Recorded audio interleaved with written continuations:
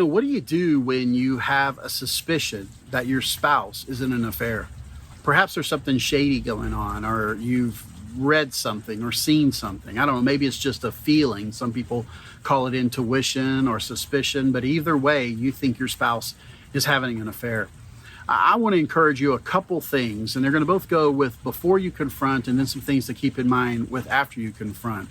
But no matter what, one of the most important things you can do right now is realize there is hope.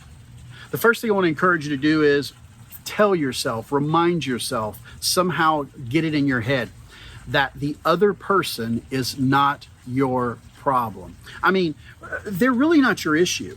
The issue is something that's happened in the relationship, and as a result of that, your spouse has separated themselves and then become available. Someone else has come in, and there they are now in a relationship. But listen, they're not the real problem, because the truth is, if we don't fix the problems in our relationship and our spouse is in an affair, guess what? It doesn't mean they'll come to us. They'll go somewhere else, because the problem is within that relationship or how they view us. So you've got to do something to remind yourself that this spouse and their affair partner are really not your issue. Is it a problem? Yes. Is it painful? Yes. And I'm not trying to minimize it, but I'm trying to keep you from spending an inordinate amount of time thinking about it or working against the other person. They're not your issue. The issue's within the marriage, okay? So tell yourself this so you fight for the right things and not against things that really won't matter. The second thing I want to ask you to do is be a master of your pies.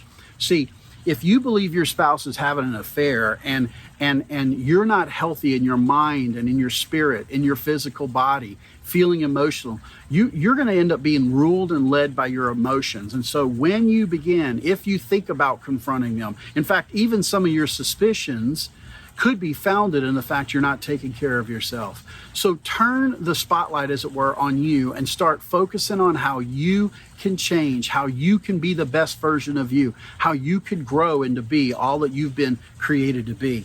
The third thing I would encourage you to do would be evaluate if you really have proof. There's a lot of things out there that aren't proof, but they're suspicious. And if that's the case, and if you have a decent relationship with your spouse, maybe you just ask them. Now, if you're in turmoil, I understand that could be a real problem, all right? But nevertheless, here's what you got to do. You need to make sure that whatever you are using for this guess, this wonder, that it's really something that's verifiable. Make sure that you're not snooping around and looking. And it's as important because, look, I've had people say, I've gone online because I was suspicious, or I started snooping and looking here because I was suspicious. And I thought to myself, you know what? I'll just prove to myself that's not what's happening. There's something about the human mind and psyche that when we're programmed, when a seed has been planted of doubt or whatever, we tend to be more aware of those things than the opposite.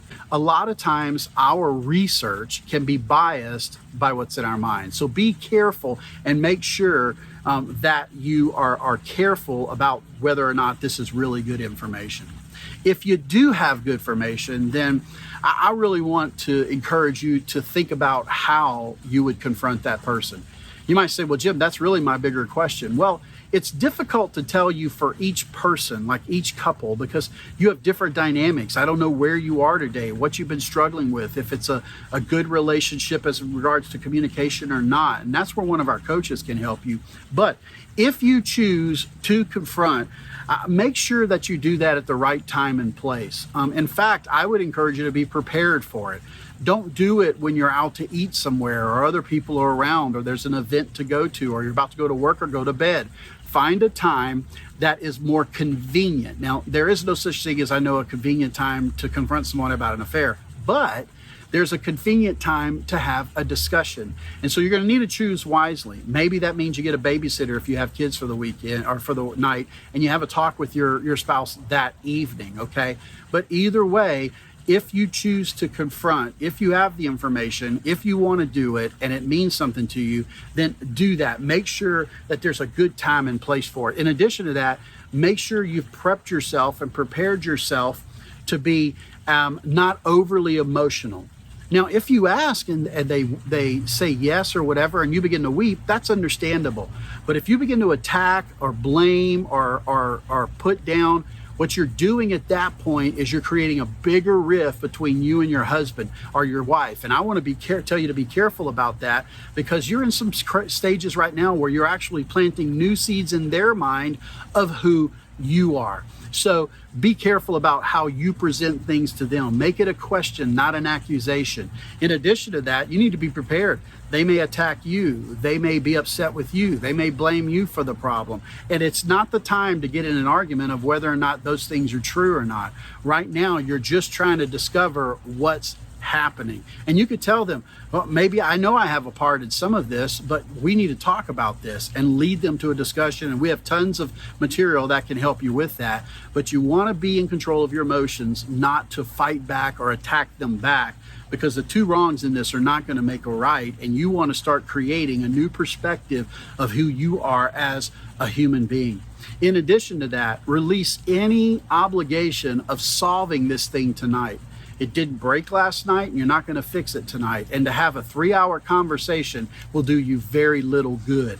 I want to encourage you to have the conversation, get the information, and then maybe take a break. To keep fighting and going on will only bring up more mud to cloud up the issue, and you'll probably fight about things that don't even really matter. I would encourage you to stay focused on it. You want to get an answer, and when you get the answer, if it's a no, then you need to believe it until something else comes up. You can fight them on it, but there's nothing worse than someone who possibly is telling the truth, and the person they're telling the truth to doesn't believe them. It begins to attack that relationship in another place. So if they say no, you might want to be ready to believe them and give them the benefit of the doubt and move on. If they say yes, that's when the other stuff begins to happen. Now, I know thousands of couples who have come back from adultery, come back from an affair, and I know you can too, but you're going to really want to stay focused. And one of the ways you can do that is by getting one of our coaches, getting our smart contact toolkit, getting to one of our workshops. We are here to help you. We have the materials that have been proven with over 250,000 people over the last 30 years. We can help. I want to encourage you, if you're in this situation and maybe you need to confront, give us a one-time call, and we can help you there. We're believing for you. Subscribe to our channel. Check out our Facebook page. We want to be there for you to help you see your marriage restored. Take care.